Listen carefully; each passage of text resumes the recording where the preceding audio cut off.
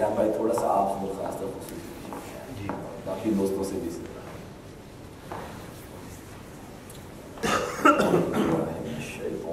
بسم اللہ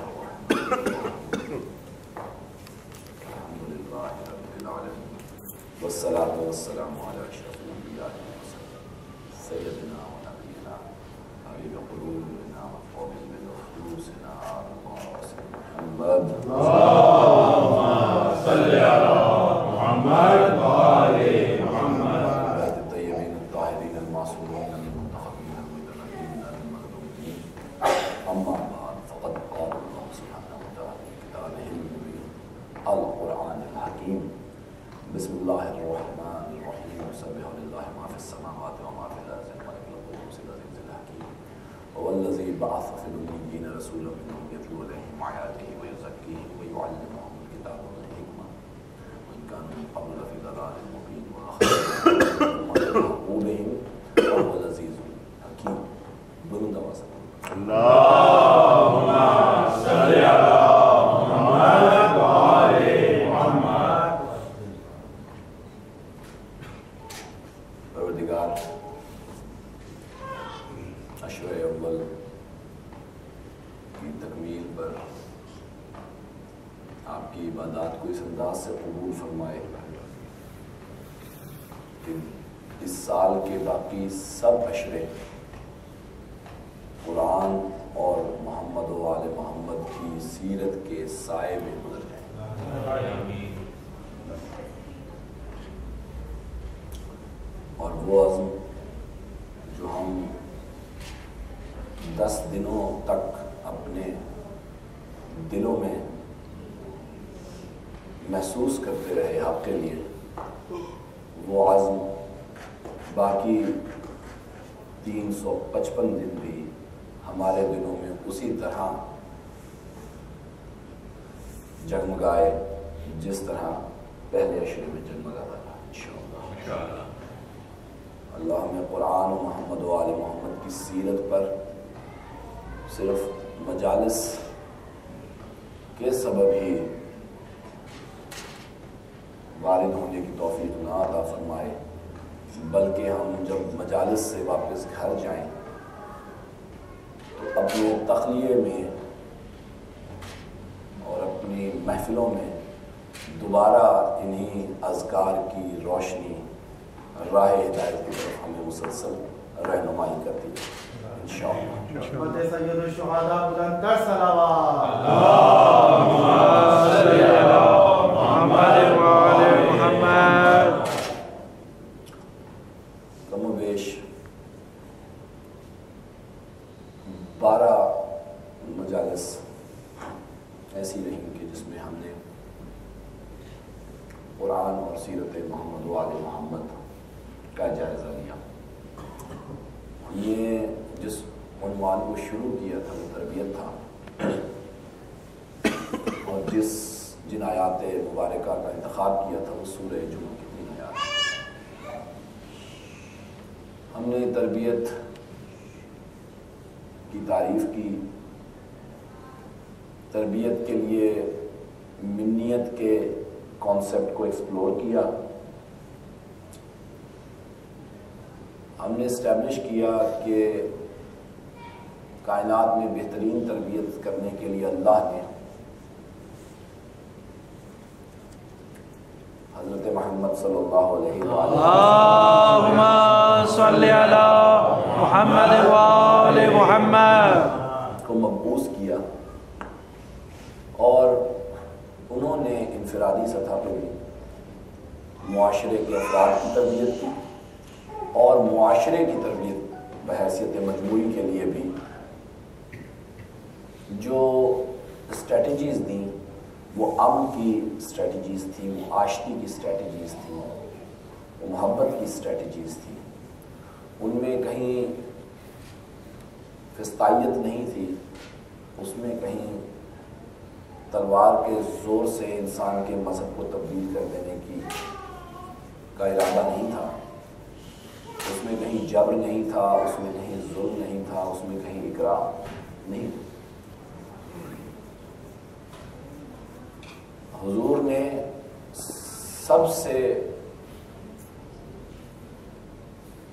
اس بات کا اعادہ کیا کہ اگر تمہیں میری تربیت کے شاہکار دیکھنے ہیں تو میرے اہل بیت کو دیکھو، اور اگر وہ دستور دیکھنا ہے جس کی بنیاد پہ میں نے اہل بیت کی تربیت کی ہے تو قرآن دیکھو۔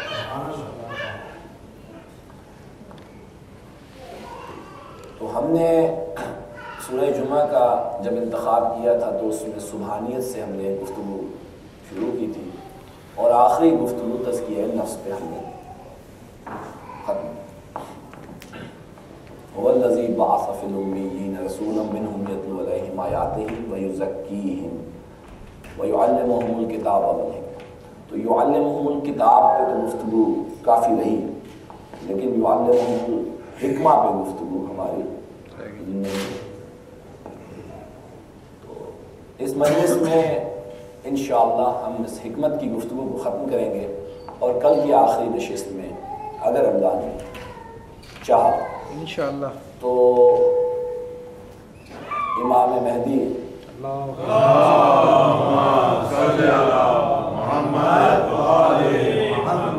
پر اپنی گفتگو کو سر انجام دے کے انشاءاللہ ایک دوسرے کے لیے خیر آباد جملے کہتے ہوئے اور دعا کرتے ہوئے رخصت ہو جائے انشاءاللہ۔ تو بڑا اہم سوال جو قرآن مجید نے، بڑا اہم کام جو قرآن مجید نے اپنے رسول کے ذمے لگایا ذیشان بھائی، ایک تو یہ تھا کہ وہ قرآن مجید کی تلاوت کرے گا۔ میں نے اس سے پہلے بھی عرض کیا کہ تلاوت کرنا بذات خود معجزے کی ترسیل ہے، ایک معجزہ ہے قرآن، لیکن عربی کا قرآن معجزہ ہے۔ اور تلاوت کے لیے یعنی پھر اس میں ہم نے بہت سی مثالیں بھی دیکھی، تو تلاوت بذات خود ایک بہت بڑا تزکیہ نفس کا ذریعہ ہے۔ یہی وجہ ہے اس کے فوراً بعد تزکیہ نفس کا پروردگار ہے۔ دوسرا تزکیہ نفس انسان کو اس کے قباحتوں سے آگاہ کرنا اور نفس کی اس انداز میں معرفت عطا کرنا انسان کو کہ وہ اپنے نفس کی معرفت سے خدا کی معرفت تک پہنچ جائے۔ تو دوسرا کام یہ تھا۔ تیسرا کام یہ تھا کہ آیات کی تعلیم دے، اور آیات میں جو مفاہیم چھپے ہوئے۔ تو اب ایک بات طے ہے کہ حکمت سب کچھ ہو سکتی ہے، لیکن آیات کی تلاوت نہیں ہو سکتی، کیونکہ قرآن مجید نے اس سورۃ جمعہ کی اس آیت میں آیات کی تلاوت کا ذکر پہلے کر دیا ہے، اور قرآن ایک لفظ بھی اضافی کبھی استعمال نہیں کرتا۔ تو حکمت کا علیحدہ تذکرہ کر دینا یہ بتاتا ہے کہ حکمت کچھ اور ہے، اور آیات کی تلاوت کر دینا کچھ اور ہے۔ ایسے ہی؟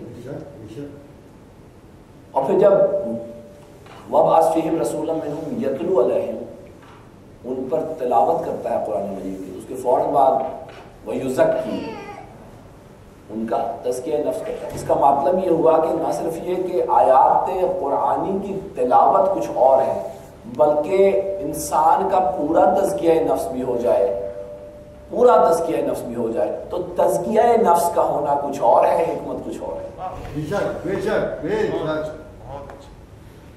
اور تیسری چیز یہ کہ پوری کتاب کا علم آپ کو دے دیا جائے، یعلمہم الکتاب والحکمہ، تو پوری کتاب کا علم لینے کے بعد بھی ضروری نہیں ہے کہ حکمت آپ کے پاس ہو، ورنہ قرآن مجید اس کا علیحدہ سے تذکرہ نہ کرتا۔ ایسے ہی اچھا، اگر ہم کہتے ہیں کہ ٹھیک ہے کہ رسول کا تلاوت کرنا، رسول کا تزکیہ نفس، رسول کا کتاب کی تعلیم دینا یہ حکمت نہیں ہے، تو لوگوں کو واعظ و نصیحت کرنا یہ حکمت؟ تو قرآن مجید نے سورہ نحل میں بھی کہا ہوا ہے کہ ادعو الی سبیل ربک بالحکمت، حکمت کو یہاں علیحدہ رکھا، والموعظۃ حسنہ، موعظہ حسنہ کو علیحدہ رکھا۔ معلوم یہ ہوا کہ واعظ دے دینا یا واعظ سن لینے سے نہ حکمت کی ترسیل ہوتی ہے نہ حکمت کی توفیق ملتی ہے۔ واعظ علیحدہ چیز ہے، حکمت علیحدہ چیز ہے۔ وَجَادِلْهُمْ بِالَّتِي هِيَ أَحْسَنُ، بڑے اچھے طریقے سے آرگومنٹ کر لینا۔ معلوم یہ ہوا کہ حکمت اور چیز ہے، بڑے اچھے طریقے سے آرگومنٹ کرنا اور دین کی تبلیغ کے لیے آرگومنٹس کو استعمال کرنا، چاہے وہ بہترین طریقے کیوں نہ ہو، حکمت کچھ اور ہے، اور جادلہم باللتی ہی احسن کچھ اور ہے۔ تو یہ ایک بڑی اہم بات ہے۔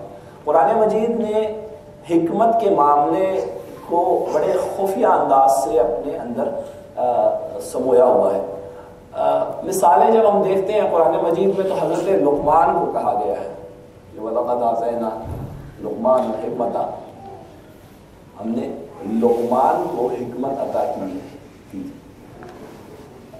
روایتیں ہیں اور ظاہر ہے کہ ان روایتوں سے ہمیں کچھ گفتگو کا اندازہ ہوتا ہے. کہا یہ جاتا ہے کہ فرشتہ نبوت اور حکمت دونوں لے کر حضرت لقمان کے پاس آیا تھا. حضرت لقمان نے نبوت کے بجائے حکمت کا انتخاب کیا تھا، اور اسی زمانے میں حضرت داؤد تھے، اور پھر فرشتے نے جا کر حضرت داؤد کو نبوت پہنچا دی. روایت ہے، اب اس کا صحیح ہونا ہے، لیکن بہرحال یہ دونوں حضرت داؤد اور حضرت لقمان ایک ہی زمانے میں تھے اور بڑے اچھے دوستوں میں سے تھے. فرق صرف یہ ہے کہ بہت سی روایات یہ بتاتی ہیں کہ حضرت لقمان جب حضرت داؤد کے پاس جاتے تھے تو حضرت داؤد ان کی حکمت کی بہت تعریف کرتے تھے، اور حضرت داؤد جب اپنی نبوت کے افیئرز ان سے ڈسکس کرتے تھے تو حضرت لقمان مسلسل خاموش رہا کرتے تھے. یہ گفتگو ملتی ہے. تو لیکن اس آیت سے انشکر للہ ہم نے لقمان کو، سورہ لقمان پہلے ہم نے لقمان کو حکمت عطا کی. کس لیے عطا کی؟ انشکر للہ، کہ وہ اپنے اللہ کا شکر کرے. شکر ہمیشہ نعمت پہ ہوتا ہے. تو اس کا مطلب یہ کم از کم ہمیں تھوڑا سا پتہ چلا کہ جو حکمت ہے وہ نعمت کی کوئی قسم ہے. حکمت نعمت کی قسم ہے، اور اگر نعمت ہے تو نعمت پر حساب بھی ہے، کتاب بھی. معلوم یہ ہوا حکمت کوئی ایسی چیز ہے کہ جس کا اگر مؤثر اور افیکٹو استعمال نہ ہو تو ممکن ہے کہ اللہ ہم سے اس کے بارے میں سوال کر لے، یا جو صاحب حکمت ہو اس کے بارے میں اس سے سوال کر لے. یعنی یہاں تک تو بچو. قرآن مجید میں سورہ بقرہ میں بھی ایک جگہ کہا گیا کہ جس کے پاس حکمت ہے اوتی الحکمت من یشاء، ہم نے جس کو چاہا حکمت دے دی. وَيُؤْتَى الْحِكْمَةَ، اور جس کو ہم نے حکمت دی فقط اوتیا خیرا کثیرا، تو جس کو ہم نے حکمت عطا کی اسے خیر کثیر بھی عطا کی. تو یہ شائبہ تھوڑا سا دور ہو جاتا ہے کہ جس کے پاس حکمت آئے گی اس کے پاس خیر کثیر ضرور آئے گی. تو اس کا مطلب ہے کہ جس کے پاس بھی حکمت ہوگی کم از کم یہ مسئلہ نہیں ہے کہ وہ شخص حکمت کا غلط استعمال کرے گا. حکمت جہاں پر ہوگی وہاں پہ خیر کثیر بھی ضرور ہوگی. ہم آگے تھوڑا سا بڑھ رہے ہیں، کچھ کوشش کر رہے ہیں. لیکن یہ بڑی عجیب بات ہے، قرآن مجید کی آیات کا پڑھنا بھی حکمت نہ ہو، تزکیہ نفس کا کرنا بھی حکمت نہ ہو، اور پھر علم قرآن جس میں تمام چیزیں سموئی ہوئی ہیں اللہ نے وہ بھی حکمت نہ ہو، واضح حق کا جملہ کہنا کسی کو وہ بھی حکمت نہ ہو، اور پھر جادلوا باللتی ہی احسن وہ بھی نہ ہو. اس کے باوجود یعنی ان چیزوں کو ہٹا دے تو خیر بچتی کہاں ہے؟ اگر آپ ان تمام چیزوں کو سائڈ پہ رکھ دیں تو پھر خیر رہ کہاں جاتی؟ قرآن کو ہٹا دیں تو قرآن کے ساتھ خیر تو ساری قرآن کے ساتھ ہے. تو یہ بڑا اہم نقطہ ہے. اور بھی کسی جگہ پہ حکمت ہے، مثال کے طور پہ حضرت داؤد کے لیے بھی کہا کہ ہم نے ملک بھی عطا کیا اور حکمت بھی عطا کی. ایک آیت یہ بھی ہے، لیکن اس میں بھی ملک کو بھی ہٹا دیا. اس کا مطلب یہ ہے کہ ملکی امور کو چلا لینا یا ملکی انتظام کو سنبھال لینا یہ بھی حکمت نہیں ہے. اب ملکی انتظام بھی ظاہر ہے اللہ کی رائے اور اللہ کے حکم کے بغیر چلایا ہی جا سکتا ہے. یہ ملک ہمارے والے ملک تو نہیں ہے کہ جغرافیائی سردی ہے تو ملک کا مطلب اختیار ہے، اور اختیار بھی پوری کائنات پہ اور وہ بھی جنوں پرندوں سب پہ ہے. تو یہ کیسے ممکن ہے کہ حکمت اس سے بھی جدا ہو؟ تو غور کیا میں نے بھی، اور یقیناً آپ شاید مجھ سے زیادہ ہی اس بارے میں سمجھتے ہوں گے. یہ میرے لیے ایک مہمہ تھا کہ یہ کیسے. پھر جب تفاسیر دیکھنے میں آئی تو تفاسیر میں بہت زیادہ ڈائیورسٹی ہے کہ حکمت یہ ہے لیکن اس کا کوئی لاجیکل ثبوت نہیں. لیکن مدد کی میرے مولا نے میری، اور جب میں نے غور کیا کہ یہ کیا وجہ ہے کہ حکمت اور کہیں قرآن میں ملتی نہیں ہے، یہ تمام چیزیں اللہ نے حکمت کا لفظ ان کے لیے رکھا نہیں ہے، تو پھر حکمت کہاں ہے؟ تو وہاں پہ حدیث رسول نے میری مدد کی کہ انا مدینۃ الحکمہ وعلی بابھا۔ اس کا مطلب کیا ہوا کہ قرآن کی تلاوت ہو اور علی سے لوگے تو حکمت ہوگی، علی سے ہٹ کے لوگے تو شر ہو جائے گا۔ سبحان اللہ۔ اگر تزکیہ نفس ہے اور تزکیہ نفس علی کے بتائے اسے رسولوں پہ ہوگا تو یہ حکمت ہے، اگر اس سے ہٹ کے لوگے تو یہ کچھ اور ہوگا۔ قرآن کا علم ہے، کتاب کا علم ہے، اگر علی کے در سے لوگے رسول کے حکمت کے شہر کا ہونا اور لینے کے لیے علی تک پہنچنا، اگر یہ اصول ہوگا تو چاہے وہ تزکیہ نفس ہو، چاہے وہ موعظہ حسنہ ہو، چاہے وہ جادلوا باللتی ہی احسن ہو، چاہے خیر کثیر نظر آ رہی ہو، چاہے ملک ہو، اگر علی کی طرف سے آئے گا تو حکمت ہو جائے گا، اور علی سے ہٹ کے کہیں سے لوگے تو جہالت ہو جائے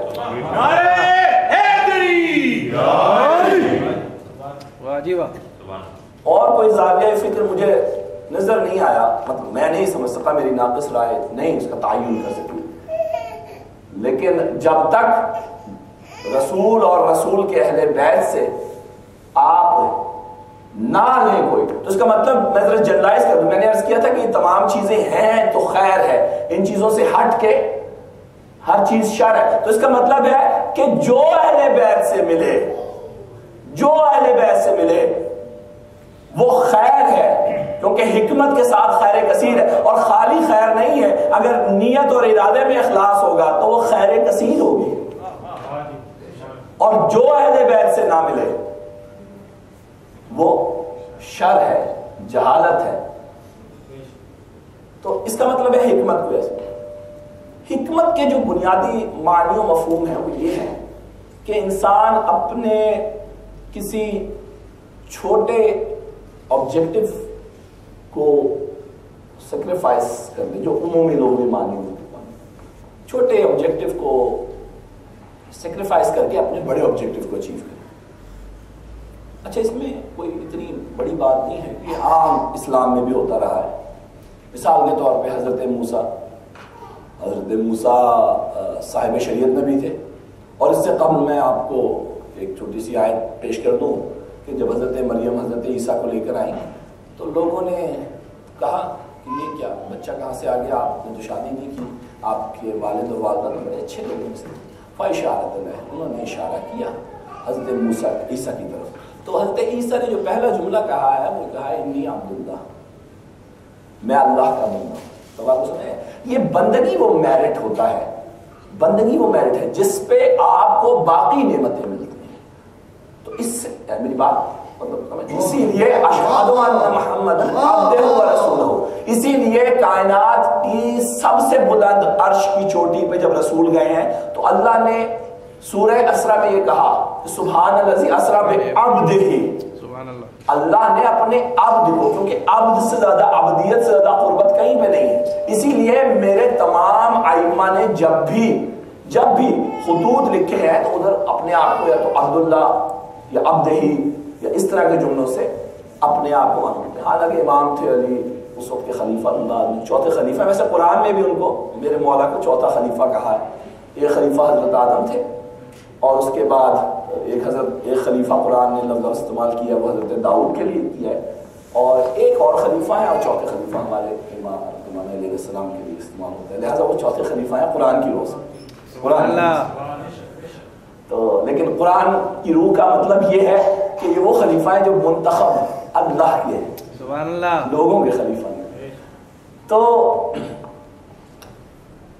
حضرت عیسیٰ نے جو جملہ کہا وہ انی عبداللہ، میں اللہ کا بندہ ہوں، عبد ہوں، عبد، اور آتانی الکتاب، کیونکہ میں عبد ہوں اس لیے اللہ نے عبدیت کے اس مقام پہ دیکھنے کے بعد مجھے کتاب کا علم عطا کیا، آتانی الکتاب، مجھے کتاب دی، وجعلنی نبیہ، اور مجھے نبی بنایا۔ یعنی آپ دیکھیے کہ ہم نبوت کو کس قدر بلند منزلت پہ سمجھتے ہیں، لیکن اس سے زیادہ بلند کتاب کا علم ہونا ہے۔ اس کا مطلب ہے عبدیت وہ چیز ہے کہ اگر اللہ کی بارگاہ میں آپ کی عبادت اور آپ کی بندگی مقبول ہے تو کتاب کا علم آپ کا استقبال کر رہا ہے. اور اگر کتاب کے علم سے آپ نے اپنے آپ کو جسٹیفائی کیا تو نبوت آپ کا انتظار کر رہی ہے.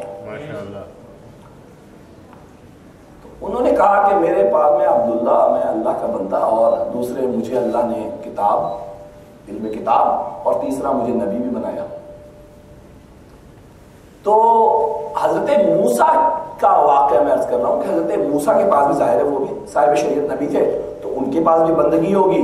ایسا تو نہیں ہو سکتا وہ بچے بچپنے میں ہی جب حضرت عیسیٰ اور جو ہے وہ صاحب عبدیت ہوں اور اس کے بعد ان کے پاس کتاب کا علم بھی ہو اور ان کے پاس نبوت بھی ہو، تو حضرت موسیٰ کے پاس بھی ہوگی اور باقی انبیاء کے پاس بھی بچپن سے. ہمارا یہی مقدمہ ہے کہ رسول اللہ کو 40 سال کی بات نہیں بنے گی، کوئی اتنا بڑا پوائنٹ نہیں. تو حضرت موسیٰ کے پاس بھی ہوگی. اگر ان کے پاس علم کتاب تھا تو ایک وقت آیا تھا کہ جب حضرت موسیٰ فرعون کے پاس بیٹھے ہوئے تھے، فرعون کے منہ سے کوئی کلمہ کفر جاری ہوا تو حضرت موسیٰ نے اس وقت میں داڑھی اس کی تھی تو اس نے حضرت موسیٰ نے داڑھی نوچ لی تو وہ بڑا چیخا.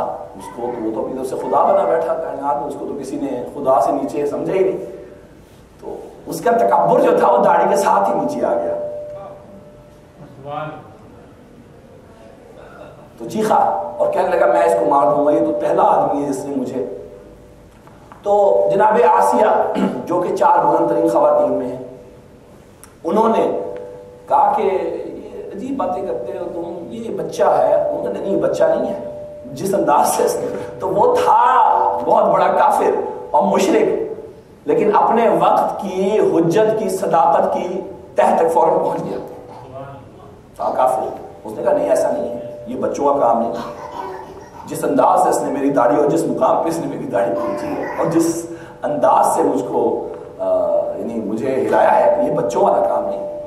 جناب آسیہ نے کہا کہ ایسی باتیں نہ کرو. اس کو اطمینان نہیں ہوا. اس نے اپنے نوکروں سے کہا کہ جاؤ ایسا کرو. اور جب جناب آسیہ نے آرگومنٹ کیا کہ یہ چھوٹا ہے، کھلونے ہیں، سمجھتا نہیں ہے، تو ان کا اچھا اگر یہ بچہ ہے تو ابھی پتہ چل جائے گا. وہ منگوائی گئی کہیں سے، تو ایک طرف جو ہے وہ انگارہ رکھا گیا اور دوسری طرف جو بھی دوسری چیز ہوگی ان کی کشش کے لیے کھلونا ہوگا. کچھ روایتیں کھلونا کہتے ہیں، کچھ کہتے ہیں. تو ایکسپیکٹڈ یہ تھا کہ حضرت اب دیکھیے جو امپورٹنٹ بات، اگر حضرت موسیٰ کے پاس علم تھا، جو کہ تھا، ہم نے اپنے پہلے آرگومنٹ کیا کہ حضرت عیسیٰ کے پاس تھا تو حضرت موسیٰ کے پاس نہیں ہوگا. اگر ان کے پاس علم تھا تو خلاف علم جانا خلاف عدل بھی ہے نا. اگر ایک حضرت موسیٰ انگارہ اٹھائیں گے تو ان کو علم ہے کہ اس سے تکلیف پہنچے گی، لیکن اگر کسی بڑے پرپس کو سرو کر رہا ہے تو یہ حکمت کے ذیل میں آتا ہے اور امر الہی کے عین مطابق ہے. اسی لیے اسی چیز کو ہم دلیل بنا کے کہتے ہیں ہمارا ماتم کرنا اپنی تسکین کے لیے نہیں ہے، یہ باطل کو بتانے کے لیے ہے کہ تو ظالم تھا، تیرے ظلم کا ادراک ہم آج بھی رکھتے ہیں. تو اگر اپنے آپ کو ہم تکلیف پہنچا کے براڈلی کسی ظالم کے ہونے والے ظلم پہ اپنا اشارہ کر رہے ہیں، انگلی اٹھا رہے ہیں، تو اس کا مطلب ہے کسی بڑے آبجیکٹو کے لیے ہم نے چھوٹی تکلیف سہی. تو ماتم حکمت ہے اگر اس کی حکمت کو سمجھا جائے تو. یعنی جب ہم ماتم کرتے ہیں تو کچھ تکلیف ہمیں ہوتی ہے، لیکن اس سے کہیں زیادہ تکلیف ظالم کو ہوتی ہے اور وہ یہ سوچتا ہے کہیں ایسا نہ ہو کہ میں پھر ظلم کروں تو میں پھر یزید کی طرح آیا ہو جاؤں. اچھا یزید کوئی آسمان سے اتر کے نہیں بیٹھا تھا. یزید کوئی آسمان سے اتر کے خلافت کی اس پہ کرسی پہ نہیں بیٹھا تھا. یزید کو کسی نے بٹھایا تھا اور ایک سسٹم تھا جو اس کی سپورٹ میں تھا، اور اس سسٹم میں جو لوگ موجود تھے وہ کوئی باہر سے یہود و نصارہ کی سازش نہیں تھی. یعنی ہم تو یہ بھی کرتے ہیں نا کہ ڈسٹ بن ایک ہم نے تیار رکھا ہوا ہے کہ وہ یہ بادشاہ تھے نا، اصل میں ان کی وجہ سے سارے جو خباستیں پھیلی ہیں یہ اچھا جی وہ ہو گئی. اس سے پہلے جو ہے وہ بنی فاطمی تھے نا، ہاں جی اس کی وجہ سے، اور نہیں وہ اچھے لوگوں کے ساتھ ظلم و ستم اس لیے ہوا، وہ بنو امیہ کے کچھ لوگ تھے نا اس وجہ سے. اچھا نہیں وہ اس وجہ سے ہوا تھا کہ وہ جو ہے بنی عباس والے لوگ. تو یہ بڑا تاریخ کا ایک المیہ ہے کہ ہم پہلے تو بادشاہوں کو پوچھتے ہیں اور پھر جب دیکھتے ہیں کہ بادشاہوں سے غلطیاں سرزد ہو رہی ہیں, ظلم و ستم ہو رہا ہے, تو ہم نے پھر رکھا ہوا ہے کہ نہیں اصل میں یہ جو بادشاہت تھی, پہلے تو ہم نے بادشاہوں کی اطاعت کی, ان کو اولی الامر بنایا, اولی الامر بنانے کے بعد ان کے احکامات کی ساری تصدیقیں. یہ اس وجہ سے ہم نے گفتگو کیا تھی جس پہ یہ پوائنٹ حضرت موسیٰ علیہ السلام. تو یہ یزید پہ بات ہو رہی ہے کہ یزید تو وہ سسٹم تھا پورا. تو دجال بھی اگر آئے گا تو ایسا نہیں ہے کہ دجال ایک اکیلا آدمی آئے گا اور ہم سب اس کو یوں پہچان لیں گے اس کی. وہ دجال کو لانے کے لیے ایک بہترین انوائرمنٹ اس وقت موجود ہوگا جس کا کہیں نہ کہیں حصہ ہم بھی ضرور ہوں گے. جس طرح امام تشریف لائے تھے کربلا میں, تو کربلا میں آتے ہوئے بہت سی جگہوں پہ بہت سے مقامات پہ خبریں پہنچ گئی تھی کہ امام جا رہے ہیں اور لشکر ان کو کرنے گا, لیکن لوگوں کے لیے اپنے کمفرٹ زون ڈیولپ ہوئے تھے, اس کو بریک نہیں کرنا چاہتے تھے. اس وقت اسکول نہیں تھے تو بچے اسکول جاتے ہیں, بریڈ لانی ہے اور دودھ ابھی نہیں ہے, ختم ہو گیا ہے, میں ذرا تھوڑا سا آفس کا کام کر لوں تو پھر اس کے بعد امام کی طرف چلتے ہیں. تھے وہاں ہم جیسے لوگ تھے, جس کی وجہ سے وہ خاموشی تھی کہ جس نے امام کی حرم الناصر ینصرنا کی صدا پہ جو ہے صرف 130 کے قریب لوگ پروڈیوس کیے, یعنی 72 سمبولک ہے, تقریباً 130 سے اوپر کی تعداد ہے, اور اتنی تعداد کم و بیش امام کی ذریعے پر بھی لکھی ہوئی ہے. اگر آپ جائیں اتنے لوگ تھے جو آتے رہے ملتے رہے, لیکن 72 کا سفر کہا جاتا ہے. اس نے انگارا جناب موسیٰ نے وہ فوراً رکھ لیا اور ان کی زبان حق لانے لگی. لیکن یہ ہوا کہ حضرت اللہ نے ان کی اس حقلانے کے مرحلے کو آسان کیا, اور حضرت اس حقلانے اس زبان کے تھوڑا سے کمزور ہونے کا عوض یہ تھا اللہ کے نزدیک کہ ہارون جیسا نبی دیا, یعنی یہ عوض تھا. ورنہ حضرت موسیٰ کے لیے بھی کافی تھے جا کے وہاں بتانے کے لیے اگر وہ زبان کی. اور قرآن مجید نے کہا کہ تم جو ہے فصیح ہو تو ہارون کو لے کے جاؤ, اور ہارون کو حضرت موسیٰ نے کہا تم فصیح ہو تو لہذا تم بات کرو, میں بھی بات کروں گا لیکن تم زیادہ بات کرو. تو یہ عوض تھا. تو یہ حکمت ہے. اس کا مطلب یہ ہے اگر یہ حکمت ہے تو دنیا کے جو چھوٹے آبجیکٹیوز ہیں, یہ جو دنیا میں ہمارے پاس جو یہ تو بڑی تیز سے گزر جائے گا. اسی جیسے امام حسین کا ذکر ہم کر رہے تھے, کتنی نسلیں آئیں اور چلی گئی. اس کا مطلب یہ ہے کہ ہمیں بعض جگہوں پہ بڑی کشادہ دلی سے کام لینا, درگزر سے کام لینا چاہیے. کسی بڑے مقصد کے لیے چھوٹے مقصد کو قربان کر دینا چاہیے. یہ بڑی اہم بات ہے. اگر کہیں کوئی لڑائی وغیرہ ہو رہی ہو تو بڑے پیار محبت سے کر کے علیحدہ, اور اس کے بعد گفتگو کو آگے چلا دیا جائے, ٹال دیا جائے, تاکہ آگے ہم الفطرت اشد من القتل, بعض فتنے ایسے ہوتے ہیں جو قتل سے زیادہ شدید ہوتے ہیں. تو درگزر اور اخلاص کے ساتھ محبت کے ساتھ لوگوں کو ملانا ہے بڑی بات. تو اسی بنیاد پہ اب میں آرگو یہ کرتا ہوں کہ حکمت سب سے بڑی کائنات میں یہ ہے کہ انسان دنیا کی چھوٹے آبجیکٹیوز کو سیکریفائز کر دے آخرت کی شفاعت کے لیے. یعنی یہ اصل میں دین کی حکمت جو ہے, دین جو آیا ہے, آپ غور کریں آپ کو دوسرا پہلو نظر نہیں آئے گا. دین آپ کو یہ سکھانے کے لیے آئے گا کہ اگر کہیں پر تضاد آ جائے کہ کہیں پر اولاد کو قربان کرنا ہے اور اللہ کی رضا ہے, تو اللہ کی رضا بڑا آبجیکٹیو ہے.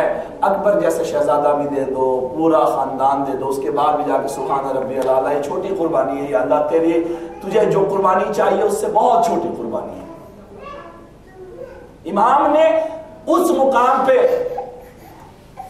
جس مقام پہ انسان عرش کی چوٹی پہ نظر آتا ہے, وہاں پر بھی جا کے سبحان کہہ کے یہ بتایا کہ میری کوئی پوزیشن نہیں ہے, عبدیت یہ ہے. تو شفاعت, اب یہ ہم سب کا انٹرسٹ ہے. اگر یہ سب سے بڑی حکمت ہے, اگر یہ سب سے بڑی حکمت ہے تو قرآن مجید نے شفاعت یعنی آخرت کے لیے دنیا میں رہنے والوں کو 2 اسٹریٹجیز دی ہیں. سورہ مریم کی آلموسٹ آخری بالکل حصے کی آیت ہے, لا یملکون الشفاعۃ الا من اتخذ عند الرحمن عہدا. بالکل اللہ نے کیا کہا؟ اللہ نے کہا کہ لا یملکون الشفاعۃ, کسی کے پاس شفاعت کا کوئی اختیار نہیں ہے, کوئی کسی قسم کا کوئی اختیار نہیں. الا من اتخذ عند الرحمن عہدا. ہاں ہے کن کے پاس؟ جنہوں نے اللہ سے عہد لیا ہوا ہے. جنہوں نے اللہ سے عہد لیا. اس کا مطلب ہے کہ کہیں پر اللہ نے کسی سے عہد لیا ہے اور وہ عہد کا مطلب یہ ہے کہ عہد کی پاسداری دونوں پارٹیز کو کرنی ہوتی ہے, تو اللہ بھی ان کی اذن دیے ہوں کی شفاعت کر دے گا, کیونکہ اللہ جانتا ہے کہ وہ ریلائبلٹی کا لیول کیا ہے. ان کی طرف سے شفاعت جن کے لیے آئے گی وہ لوگ کون ہوں گے, اللہ نے کہیں یہ طے کیا ہوگا. لیکن ایک بات ہے کہ وہ اگر شفاعت کے لیے اللہ کے پاس کوئی کیس لاتے ہیں تو اللہ ان کو بالعہد قبول کرے گا. ٹھیک ہے. دوسری قسم شفاعت کی کیا ہے؟ آپ اللہ بسم اللہ الرحمن اللہ لا الہ الا هو الحی القیوم لا تاخذہ سنۃ ولا نوم له ما فی السماوات وما فی الارض من ذا الذی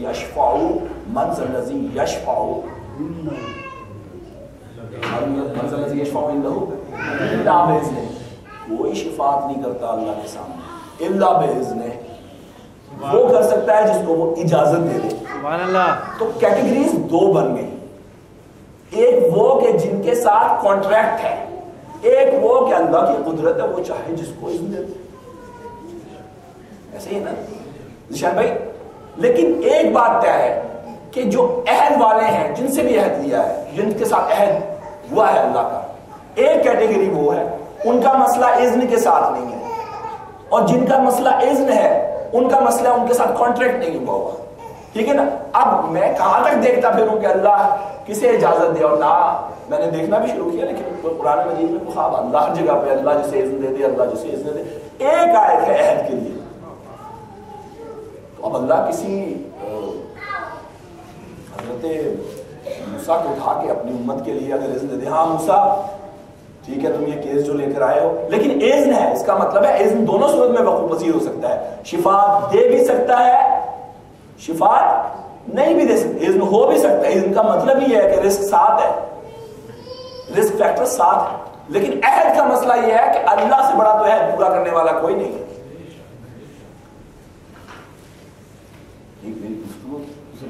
لا یملکون. اور دوسری بات جو اس آیت سے پتہ چلتی ہے وہ یہ ہے کہ جس کے ساتھ عہد ہے وہ مالک شفاعت ہے, اس کے پاس اختیار ہے, ملک ہے. لا یملکون, لا یملکون کوئی ملکیت نہیں رکھتا. وہاں پہ اذن کا معاملہ ہے, درخواست ہوگی, لیکن یہاں پہ ملکیت کا لفظ استعمال کیا گیا ہے. کسی کے پاس ملکیت نہیں ہے. صحیح نا. تو اس کا مطلب جو عہد رکھتا ہے وہ اللہ نے اس کو یہ عہد میں اختیار دیا ہے کہ تم جس کی شفاعت کہو گے ہو جائے گی. دیکھیں نا قرآن مجید کی آیات میں. تو اب قرآن اٹھا کے دیکھنا شروع کریں تو آپ کو ایک عجیب سی آیت ملے گی. النبی, بڑی معروف آیت ہے, النبی اولا بالمؤمنین من انفسہم. النبی الف لام نون بے, یہ نبی نہیں, خالی نبی نہیں, النبی نہیں, یہ نبی بھی نہیں, یہ نہیں, یہ الف, یہ کلمہ تام ہے. اس کا مطلب یہ ہوتا ہے کہ آگے جو لفظ استعمال کیا گیا ہے اس کی کریکٹرسٹکس جیسی تمام چیزیں. آپ میری گفتگو سمجھ رہے ہیں؟ اس کے دو معنی, ایک اس میں اشارہ کے لیے استعمال ہوتا ہے, لیکن اگر جیسے الیوم آج کے دن, الیوم آج کے دن.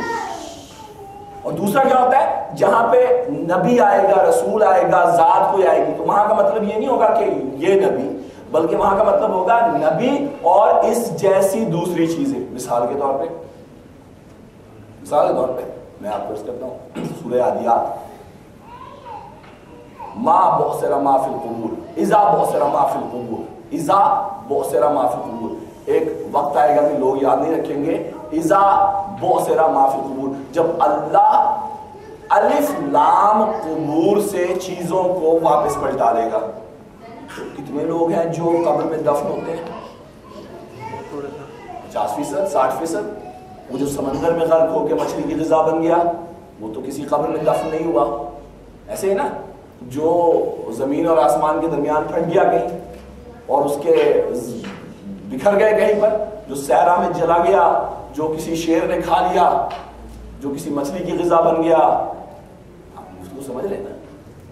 تو وہ کسی قبر میں تو دفن نہیں ہوا، قبر کا تو تعین. اس کا مطلب کیا ہوا؟ مطلب یہ ہوا کہ جو بھی مرا اور قبر یا اس جیسی چیز، شیر کے پیٹ میں گیا تو شیر کا پیٹ قبر کی طرح کی چیز ہے، جان نکلنے کے بعد جسم جہاں چلا جائے وہ قبر ہے. گفتگو سمجھ میں آ رہی؟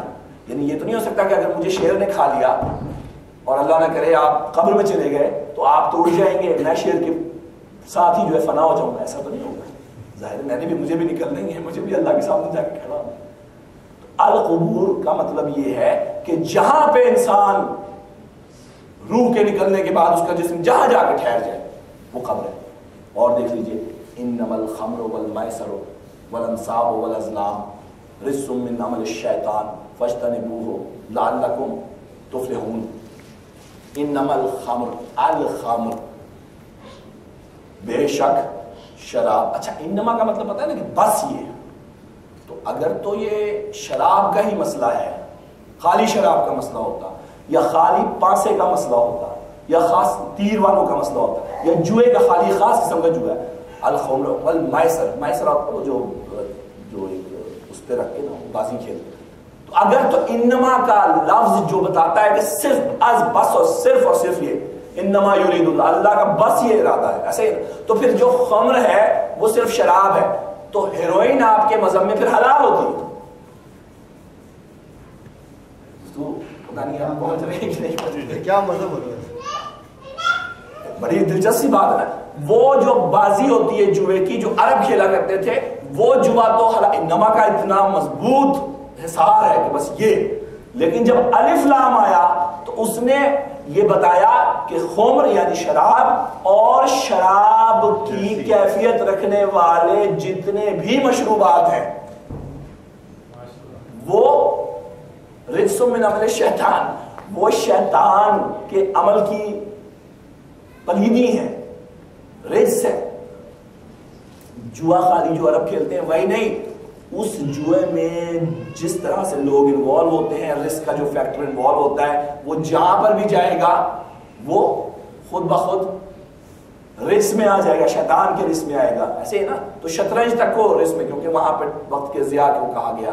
اور اسی طرح جو پاسے ہیں، وہ جو اخروٹ بھی کھیلنے والوں میں، اگر اخروٹ میں بھی وہ فیکٹر موجود ہے اس کا رسک کا، تو اس کے لیے بھی کہا گیا کہ وہ.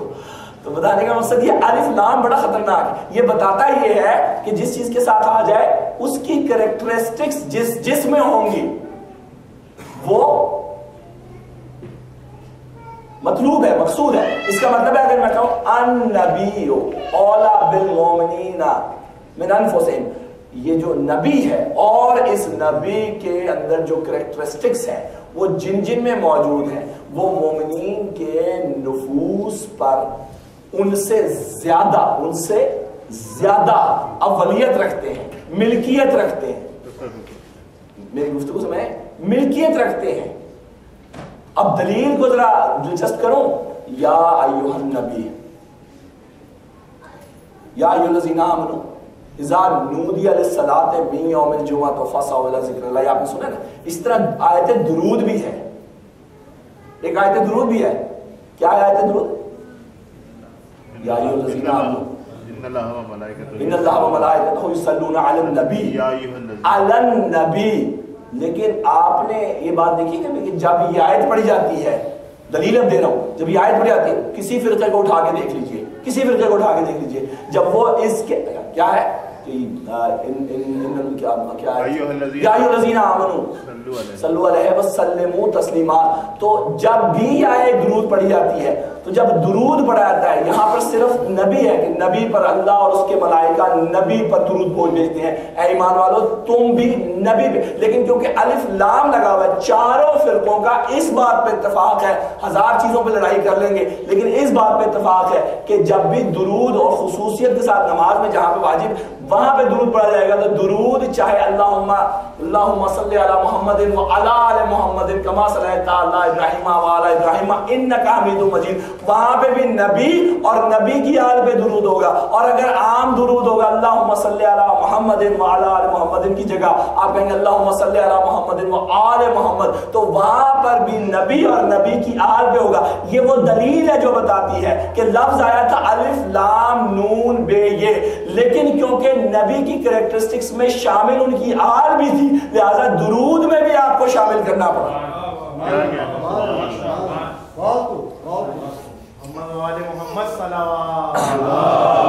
یہ بڑی دلچسپ ہے. کبھی آپ نے زاویہ نگاہ سے سوچا کہ نبی کے لیے حکم ہے درود کا, لیکن درود میں آل بھی شامل اور چاروں فرقوں نے کی بھی, اور نماز میں کیونکہ نماز اللہ کے حکم کے ساتھ ہے, وہاں پہ روح گردانی نہیں کرتے ہیں, خیانت کرتے ہیں باقی چھوٹی موٹی جگہوں پہ, مجلسوں میں بیان بولی, وہاں پہ کیا کریں, اللہ کا حکم ہے کہ درود. تو نبی اس کا مطلب یہ دلیل بنتی ہے قرآن مجید میں, آیا درود دلیل بنتی ہے کہ ان نبی کا مطلب یہ ہے کہ صرف نبی ہی اولا نہیں ہے مومنین کے نفس پہ, بلکہ علی بھی اولا ہے, فاطمہ بھی اولا ہے, حسن بھی اولا ہے, اور حسین بھی اولا ہے. بر محمد و آل محمد صلوات. اللہم صلی علی محمد و آل محمد. عہد ہے, ملکیت تو ثابت ہوگی, لیکن عہد وَإِذِ ابْتَلَىٰ إِبْرَاهِيمَ رَبُّهُ بِكَلِمَاتٍ فَأَتَمَّهُنَّ, اور ابراہیم کو یاد کرو کہ جب ابراہیم سے اس کے اللہ نے امتحان لیا اور اس نے کلمات کے ذریعے سارا امتحان پاس کیا. قَالَ إِنِّي جَاعِلُكَ لِلنَّاسِ إِمَامًا, اس کا عوض ہم تمہیں یہ دیتے ہیں ابراہیم کہ تمہیں ہم ان لوگوں کا, انسانوں کا امام بناتے ہیں. اور قال من ذریتی, اور میری ذریت میں کیا ہوگا, قال لا ینال عہد الظالمین, یہ عہد ہے, لا یہ میرا عہد ظالموں تک نہیں پہنچے گا. ٹھیک ہے, لا یملکون الشفاعۃ الا من اتخذ الرحمن عہدا, رحمان نے کوئی عہد لیا. قرآن مجید نے بتایا کہ کوئی عہد ہے جو ابراہیم کے ساتھ ہم نے کیا, اور ابراہیم کے ساتھ اس پوری آیت میں عہد ایک ہی ہوا ہے کہ اس کو امامت دی گئی ہے. اسی عہد کے بارے میں ابراہیم نے پوچھا من ذریتی, اس عہد کا میری ذریت میں بھی کوئی عمل دخل ہے؟ قال لا ینال عہد الظالمین, یہ عہد جائے گا مگر ظالمین تک نہیں جائے گا. تو اس کا مطلب یہ ہوا کہ ہم اہم تک بھی صرف یہ پتا چل جائے کہ عہد کیا ہے, صرف یہ پتا چل جائے, لیکن ہمیں یہ پتا چل رہا ہے کہ عہد کم سے کم وہ چیز ہے جو ظالمین تک نہیں پہنچے گی. ایسا ہی نا, جو چیز ظالمین کے پاس نہ ہو اس کو عصمت کہتے ہیں.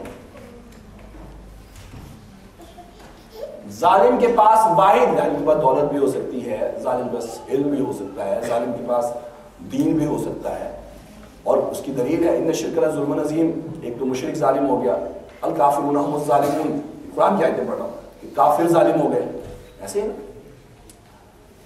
عالم سورہ یاسین میں جو کہا گیا کہ جو شیطان کے لیے کہا گیا کہ اے بنی آدم شیطان کی پیروی نہ کرنا, انہ لکم عدو مبین, وہ تمہارا عدو.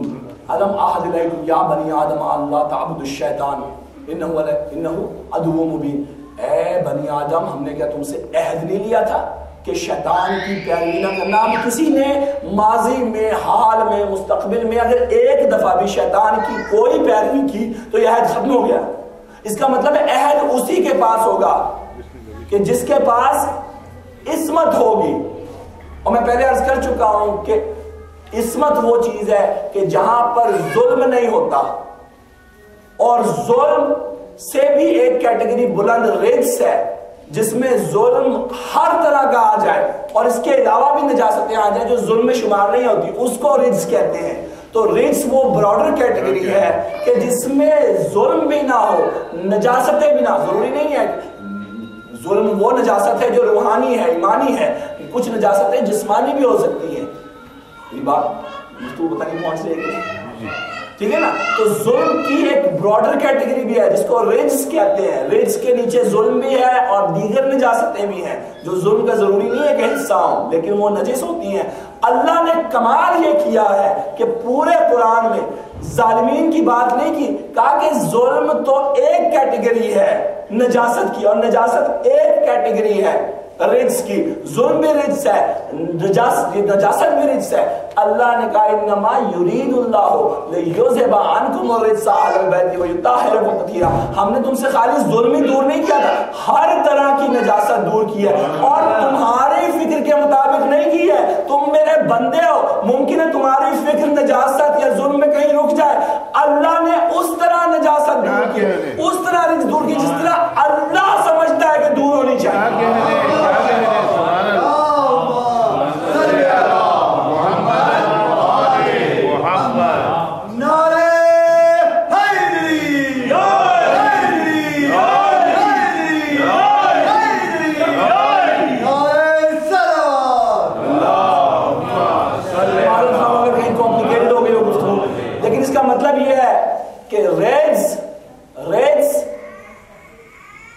سے دور ہوا تو کسی عہد کی تکمیل ہوئی، عہد کی تکمیل اسی طرح ہوئی جس طرح عہد کی تکمیل ہوئی تو امامت ملی، امامت ملی تو النبی اولی بالمومنین وانفسہم، نبی پہ اولا ہوئے تو ملکیت بھی اللہ نے شفاعت میں دے دی، کیونکہ یہ عہد اللہ نے سے پہلے کیا۔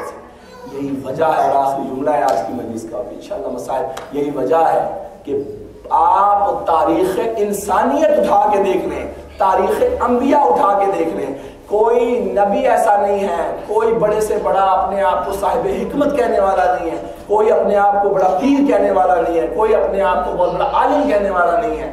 کتنے علماء گزر گئے، کتنے مفسرین گزر گئے، کتنے اپنی طرف سے جو ہے وہ قاضی گزر گئے، کتنے بادشاہ گزر گئے، کتنے بزرگ گزر گئے، صوفیاء گزر گئے، انبیاء گزر گئے۔ پوری تاریخ انسانیت میں، پوری تاریخ انسانیت میں کسی نے بھی دوسرے انسان کی شفاعت کا اختیار لینے کا اعلان نہیں کیا سوائے آل محمد۔ کسی نے نہیں کیا، بہت بڑا نقطہ ہے، واہ واہ واہ، ماشاءاللہ۔ اور کرتے کیسے؟ جس کو اپنی شفاعت کا حتمی یقین نہ ہو کسی دوسرے کی شفاعت کو۔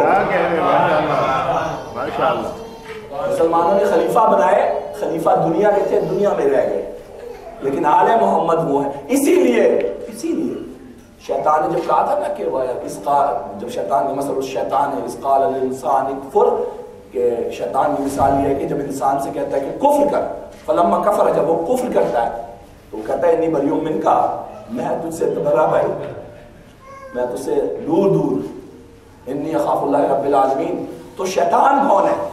شیطان وہ ہے کہ جو آپ کو دنیا میں کفر کا کہے، آپ کفر کریں اور کرنے کے بعد آپ سے علیحدہ ہو جائے، یہ ہے شیطان کی کریکٹرسٹکس۔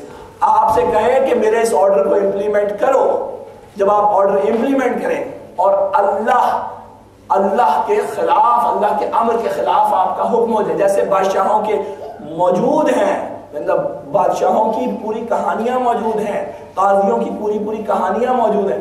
تو جب کہا اور آپ نے کیا، تو جب آپ نے کہا میں نے تیرے کہنے پہ کیا تھا تو اجازت، تو یہ اصول دیا شیطان نے کہ آپ کے برے کام کی ذمہ داری قبول نہیں کرتے تو اچھے کام کی ذمہ داری قبول کہاں کرے گا؟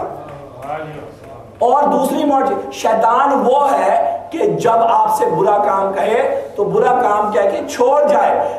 آل محمد وہ ہیں کہ آپ سے اچھا کام کہیں، آپ ضرورت جتنا آپ نے کوشش کیا، آپ نے جہاں تک آپ کی ہمت ہو سکی آپ نے اچھے کام کیے، لیکن غلطیاں ہوتی چلی گئی۔ اب آپ ہاتھ باندھ کے جب آخرت میں پہنچے تو یہ کردار ہے آل محمد کا کہ وہاں پہ کردار تھا جو برے کام کے بعد چھوڑ گیا، یہاں پہ غلطیاں ہو گئی، آپ ہاتھ باندھ کے پہنچے کہ ہم غلط ضرور تھے، ہم گناہگار ضرور تھے، لیکن باغی نہیں تھے، ہم باغی نہیں تھے، تو وہاں پر آل محمد آپ کے آگے ساتھ دے دیں۔ اس لیے آپ کو جو آل محمد کا کردار نظر آئے گا اس میں نیکی کی طرف، باوجود اس کے کہ گناہ ہے، باوجود غلطی ہے، لیکن نیکی کی طرف آنے کی ترغیب ہے، اپنے سے ہٹائے جانے کی تمنا نہیں نظر آتی، قاتلوں کو بھی، غاصبوں کو بھی، ظالموں کو بھی۔ ایک میں نے کیس صرف جناب سیدہ کا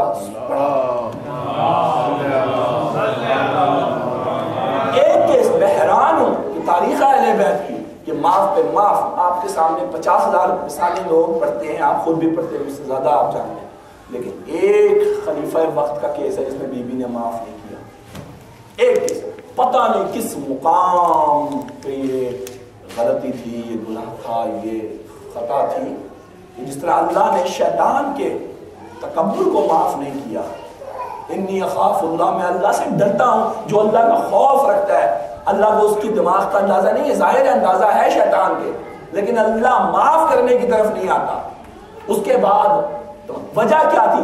وجہ صرف یہ تھی کہ شیطان وہ تھا کہ جس نے اپنی غلطی کو اللہ کی طرف موڑ دیا کہ یہ اللہ نے مجھے گمراہ کیا ہے. دوسری طرف حضرت آدم تھے جنہوں نے کہا کہ انی ظلمت نفسی, اے پروردگار میں نے اپنے نفس پہ ظلم کیا ہے, تیری طرف سے معاملہ نہیں ہے. معلوم یہ ہوتا ہے کہ اس وقت کا خلیفہ وقت نے اس غلطی کی بنیاد اللہ کی طرف اور اللہ کے رسول کی طرف ڈال دی تھی, جس کی وجہ سے جو سیرت اللہ کی تھی, جو سنت اللہ کی چلی آ رہی تھی کہ اگر نادم ہو جاتا تو بی بی ضرور معاف کر دیتی, لیکن اس کا نادم نہ ہونا اور اپنے عمل کو رسول کی حدیث کی طرف موڑ دینا یہ بتاتا ہے کہ بی بی نے اپنی طرف سے معافی نامہ جاری نہ کر کے کوئی اپنی روایت نہیں ڈالی, اللہ کی سنت پہ عمل کیا ہے. اور دوسری بی بی کا کمال یہ تھا کہ بی بی نے قطع کلام کیا. یہ بی بی کی کوئی اپنی بنائی ہوئی روایت نہیں تھی. اس سے پہلے جب حضرت مریم حضرت عیسیٰ کو اٹھا کے لائیں تو وہاں پر موجود جتنے بنی اسرائیل کے بڑے بڑے توریت پڑھنے والے جو علماء تھے انہوں نے کہا یہ کہاں سے آ گیا, تو بی بی نے اس قابل نہیں سمجھا. معلوم یہ ہوا عصمت کی طرف اگر کوئی انگلی الزام کی اٹھائے گا تو صاحب عصمت اسے اس قابل بھی نہیں سمجھتا کہ اس سے کلام کیا جائے. سبحان اللہ. جناب مریم نے بھی فاشارت اشارہ کیا, بولنا گوارا نہیں کیا وہاں کے علماء سے, اور یہ وہ علماء تھے جو ارد گرد کے لوگ تھے. یہ گفتگو ہے شفاعت یقین. تو سب سے بڑی حکمت یہ ہے کہ اہل بیت سے متمسک رہیں, اور متمسک رہنے کے بعد اپنی کہیں پوری کوشش کریں کہ اعمال بہتر ہوں. جہاں پہ انسسٹ کرنا آ جائے, جہاں پہ پوزیشن لینا آ جائے, وہاں پہ میرا اپنا بڑا مختصر سا مطالعہ وہ یہ بتاتا ہے کہ تکبر ایک ایسی چیز ہے جس سے اللہ ہی نہیں ہے, اہل بیت بھی بالکل معاف کرتے. یعنی آپ اپنی فکر سے کوئی کسی وجہ سے غلطی کر بیٹھے ہیں تو نادم ہونا ضروری ہے, تائب ہونا ضروری ہے, ہر صورت میں اللہ کی طرف رجوع کرنا ضروری ہے. لیکن یہ کنسسٹنسی توبہ کی اگر آپ میں موجود نہیں ہے, میں اپنی بڑی ناقص رائے میں عرض کرتا ہوں کہ بڑے بڑے لوگوں کو یقین جانیے کہ شفاعت کے ملنے کا امکان ہو سکتا ہے, چھوٹے کسی, لیکن اس شخص کے لیے بڑا مشکل ہے جس کا مزاج میں شیطان کا سا تکبر ہو, جو آخری وقت تک توبہ کرنے کے لگے. میں نہیں سمجھتا کہ اہل بیت کی طرف سے ان کے لیے کوئی رعایت ہوتی ہے, ان کے لیے شفاعت کا اللہ نے کہیں کہا. یہ بڑی کریم گھرانہ ہے, لیکن یہ اپنے پروردگار کے اوپر آنے والے کسی بھی الزام کو برداشت نہیں کرتا. یہی وجہ ہے کہ کافروں سے جناب سجاد نے ان سے نباہ نہیں کیا. کلمہ گو مسلمانوں کے حکومت کو کی فتح کے لیے دعا کی, اسی معاشرے کا حصہ رہے. یہ وجہ حضرت علیہ السلام خلیفاؤں کو فیصلوں میں مدد دیتے رہے امور سلطنت کے لیے, لیکن کسی جگہ پہ کسی کافر سے نہیں, کہ اپنے دشمنوں کو اپنے گھر سلا کے اسباب دیے, ان کے ساتھ کوآپریٹ کیا, معاشرے میں کسی قسم کی کوئی خلفشاری پیدا نہیں ہونے دی, جہاں تک ہو سکتی تھی امور شریعہ میں ہیلپ کی, امور سلطنت میں مدد کی, کسی جگہ پہ فتنے کا سبب بننے کی کوشش نہیں کی. لیکن جب کفر کا معاملہ آیا تھا تو کسی جگہ پر بھی تلوار جو ہے اٹھانے میں ایک لمحے کی بھی جو ہے وہ رعایت نہیں کرتی. اللہ کا دشمن اہل بیت کے نزدیک جو ہے وہ بہت بڑا دشمن ہے. مشرک اور کافر جو ہے وہ اہل بیت کے نزدیک بہت ہی, میں نے یہ پوری تاریخ پڑھی کہ اہل بیت نے ہر جگہ پہ اپنے سخت جابر ترین خلفاء کے لیے اپنے دل کے دروازے کھولے, لیکن جہاں پہ کسی کافر نے, کسی ملحد نے, کسی مشرک نے اسلام کی شان پر حملہ کرنا چاہا تو وہاں اہل بیت نے اپنے ارد گرد کے تمام خلفاء ہوں چاہے کوئی ہوں, ان سب کے لیے دعا بھی کی کہ اللہ ان کو, کلمہ گو تھے, منافق تھے, سب کچھ تھے, لیکن ظاہری طور پہ اسلام کے نام لیوا تھے. لیکن اللہ کے دشمن جو کے لیے اہل بیت نے اتنی سی کوئی لچک نہیں دکھائی. معاشرت کے لیول پہ بہترین تھے, لیکن جہاں پر نظریاتی اور جنگی اختلاف آیا وہاں پہ اہل بیت نے, چاہے وہ مولا ہوں چاہے کوئی, یہ صرف ایک کیس جناب سیدہ کا ہے کہ میں حیران ہوتا ہوں کہ اللہ کے نظام کے مقابل ایک نظام کو لانا شاید یہ وجہ تھی. میرے مولا سجاد کا عجیب و غریب یہ نظام تھا کہ جب کربلا وقوع پذیر ہو گئی تو میرے مولا شام غریبہ کے بعد سے جس قافلے کا حصہ بنا اس قافلے میں سخت جان اونٹ تھے، تیز چلنے والے اونٹ تھے، اور بچے ان اونٹوں پہ بٹھائے تو گئے لیکن پھر دوبارہ ان اونٹوں پہ پائے نہیں گئے. اور جو بڑے ہوتے تھے ان کے ہاتھ پشت پہ باندھ دیے جاتے تھے، لیکن جو چھوٹے بچے تھے رسی، کیونکہ تمام اونٹوں پہ ایک اونٹ سے دوسرے، دوسرے سے تیسرے، تیسرے سے سب کے ساتھ بندھی ہوئی، جو چھوٹے بچے تھے ان کی گردنوں میں رسی بنا کرتے تھے.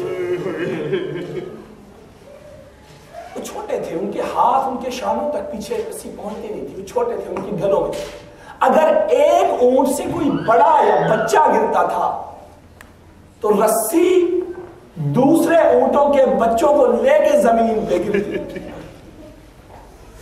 اور خالی گرتی نہیں تھی، پہلے کھینچتی تھی اور پھر گرتی. بچوں کی گردنیں مسلے، معصوم پھول مسلے جاتے. میرے مولا نے ہر مقام پہ گریا کا سہارا لیا اور دعا کا سہارا لیا. میں حیران ہوتا ہوں اپنے مولا کی اس اسٹریٹجی پہ. دیکھیں کہیں پر اگر کوئی شخص ہنسنا شروع کر دے تو لوگ جمع تو ہوں گے لیکن اس کو پاگل سمجھیں گے، لیکن کوئی گریا کرنا شروع کر دے تو لوگ آ کے پوچھتے ہیں تم پر کیا ظلم ہوا، اور لوگوں سے دعا نہیں کی کہ لوگوں سے دعا اپنے رب سے کی. اے پروردگار تو نے ہمیں جس حال میں رکھا ہے ہم تیرا شکر ادا کرتے ہیں. سجاد کا بحیثیت امام پہلا حکم کیا تھا؟ جب بی بی نے پوچھا کہ کیا کریں، جل مرے یا بے پردہ نکل جائیں، ذرا اس امام کی مظلومیت کا احساس کیجئے جسے اپنے منصب امامت پہ آنے کے بعد پہلا حکم یہ جاری کرنا پڑا کہ صاحب تطہیر پھوپھیوں اور بہنوں کو بے پردہ خیمے سے باہر جانے کا. اللہ اکبر.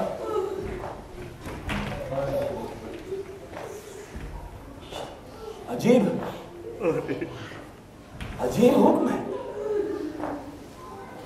لوگ کہتے ہیں کہ قافلے میں دو تھے، ایک سجاد تھا ایک سکینہ تھا.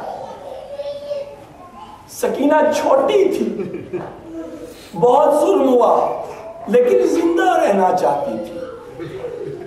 سجاد بڑے تھے لیکن مرنا چاہتے تھے، اس وجہ سے نہیں کہ ظلم بہت ہوا، اس وجہ سے کہ ہر چوراہے پر اپنی ماں و بہنوں کو بغیر چادر کو دیکھنے والا سجاد اپنے مرنے کی دعا کرتا رہا.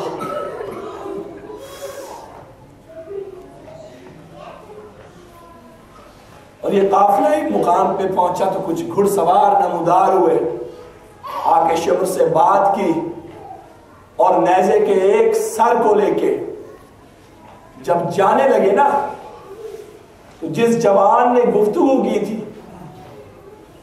اس نے بلند آواز سے کہا فوج اشکیا سے، یاد رکھو جن شہیدوں کے بیٹے زندہ ہوتے ہیں وہ اپنے باپ کے سروں کو دشمنوں کے پاس رہنے نہیں دیا کرتے. یہ حبیب ابن مظاہر کا بیٹا تھا جو ہزاروں میل سے دوڑ اس لشکر تک پہنچا اور پھر اپنے باپ کا سر لے کے دوبارہ واپس مدینہ گیا. جب یہ منظر حضرت سجاد نے دیکھا تو دل پہ چھڑیاں چل گئی. اور نجف کی طرف رخ کر کے کہا دادا کیا حبیب کا بیٹا مجھ سے زیادہ باغیرت ہے؟ کیا حبیب کا بیٹا وہ تو یہ استحقاق رکھے کہ مسلمان اس کے باپ کا سر اسے دے دے، اور وہ حسین کے جو رسول کا نواسا ہے، رسول جس کے چہرے کو جس کی گردن کو چومتے تھے، یہ مسلمان اس کا سر لے کے جائے۔ دو کردار تھے، ایک سکینہ اور ایک سجاد۔ ہر بازار کے موڑ پر، ہر بازار کے موڑ سجاد مرنے کی دعا کرتا، لیکن سکینہ بچی تھی نا، تو اپنے باپ کا غم کبھی بھول جاتی تھی، کبھی جانوروں کو دیکھتی تھی، کبھی پرندوں کو دیکھتی تھی۔ ایک وقت آیا کہ جب قید خانے میں دونوں تھے، میرا امام سجاد بھی تھا اور بی بی سکینہ بھی تھی۔ بی بی نے جب شام ہوئی نا تو دیکھا کہ اجالا ختم ہو رہا ہے، کچھ پرندوں کی سی آوازیں آئیں، ان کے سائے اس روشن دان پہ نمایاں ہوئے۔ بی بی نے ان پرندوں کو گھر جاتے ہوئے دیکھا، کتنے ہی دن گزر چکے تھے قید خانے میں۔ سکینہ اب کسی سے نہ بولتی تھی نہ بات کرتی تھی، کوئی پوچھتا تھا تو اس کی آنکھوں میں دیکھنے لگتی تھی، اپنے باپ کو یاد کرتی تھی، پھر روتی تھی، رونے کے بعد خود خاموش ہو جاتی تھی، رات کو اچانک آنکھ کھلتی تھی، گھبرا کے اٹھتی تھی، یاد آ جاتا تھا اب میں یتیم ہوں، پھر سو جاتی تھی۔ نہ اپنی ماں کے پاس نہ کسی اور کے پاس، سکینہ اپنے باپ کے پاس سے دور کیا ہوئی؟ جب یتیمی کا مزہ کیا چکا، سکینہ نے کسی کے سینے پہ سونا چھوڑ دیا، صرف خاک پہ سوتی تھی۔ وہی سکینہ ایک شام بیٹھی ہے، کچھ پرندے گزر کے جا رہے ہیں، کتنے ہی عرصے سے سکینہ نے کوئی کلام ہی نہیں کیا، کوئی بات ہی نہیں کی۔ جب ان پرندوں کو جاتے دیکھا نا تو زندگی میں ایک جملہ عجیب کہا، پھوپھی اماں یہ پرندے اپنے گھر سرے شام چلے جاتے ہیں، کیا کوئی وقت ایسا بھی آئے گا کہ ہم اپنے گھر چلے جائیں، ہم مدینہ پہنچ جائیں، ہم اپنے گھر میں پہنچ جائیں؟ اللہ اکبر۔ یہ سکینہ تھی کہ یہ جملے کہنے کے کچھ عرصے کے بعد سکینہ اس قید خانے میں ہی مر گئی، اور وہ سید سجاد تھا جو ہر لمحے مرنے کی دعا کرتا تھا، اور اس قید خانے کے بعد بھی اپنی پھوپھی، اپنی بہن، اپنی ماں کو سنگے سر دیکھتا رہا، اور ہر لمحے پہ مرنے کی دعا کرنے کے باوجود زندہ رہا۔ ماتم حسین یا حسین یا حسین یا حسین یا حسین یا حسین یا حسین یا حسین۔ سنو کہ لکھتا ہوں میں دردناک وہ منظر، تھے کہ رسن میں گلے بارہ اور برینا سر، جب آئے شام کے دربار میں دریدہ جگر، پڑی سکینہ پہ ناگاہ اس شکی کی نظر، یزید نام تھا جس کا سجائے تھا دربار، لیے تھا گود میں دختر کو اپنی وہ مکار، وہ اپنی بچی کے بالوں میں ہاتھ پھیرتا تھا، لگا کے سینے سے بچی کو پیار سے دیکھا، لہک کے پالی سکینہ سے وہ شکی بولا، تجھے بھی بابا تیرا ایسے پیار کرتا تھا، کہا سکینہ نے میں شاہدی کی پیاری ہو، تبال ہو اس دم دکھوں کی ماری ہو، تو میرے بابا کا گندی زبان سے نام نہ لے، غرور اتنا نہ کر باندھ کے رسن میں ہمیں، میں کتنی پیاری تھی بابا کی کیا بتاؤں تجھے، میں بھول سکتی نہیں اپنے بابا